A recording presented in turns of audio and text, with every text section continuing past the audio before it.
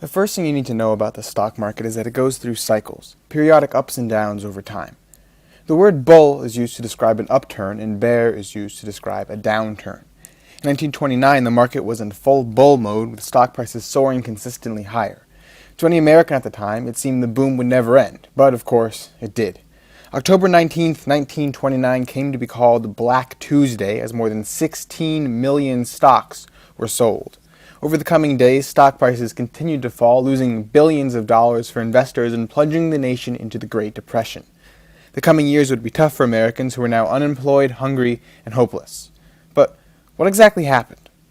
The depression of the threadbare 30s is immediately preceded by the prosperity of the roaring 20s. What went wrong? Probably the largest single cause of the stock market crash was that the bull market of the 1920s was really a lie. You can make any jokes about that you'd like.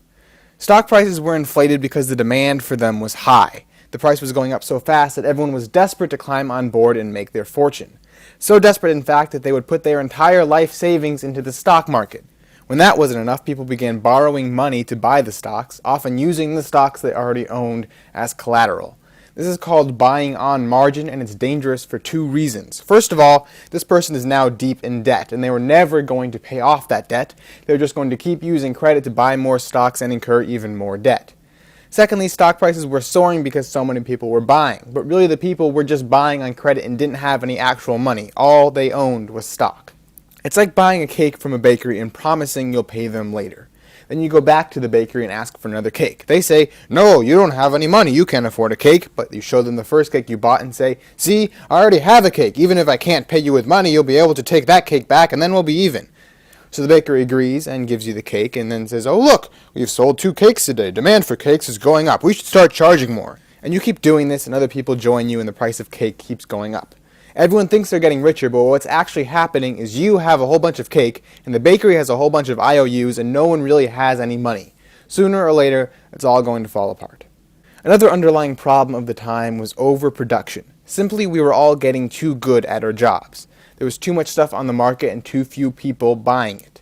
Normally, goods are produced by workers who then buy the goods with the money they made. However, advances in technology created an overproduction of goods, which meant prices dropped.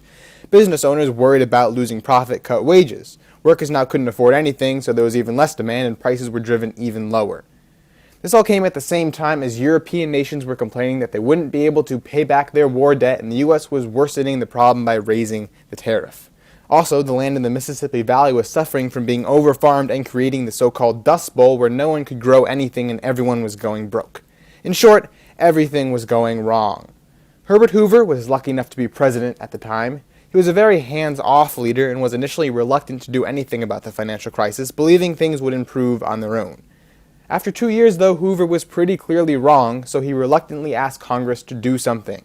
They created the Reconstruction Finance Corporation, which would loan money to companies or local governments that needed it. The measure came too late, though, both for the country and the president. Franklin Roosevelt won the 1932 election and inherited a country in some of the direst circumstances in its history.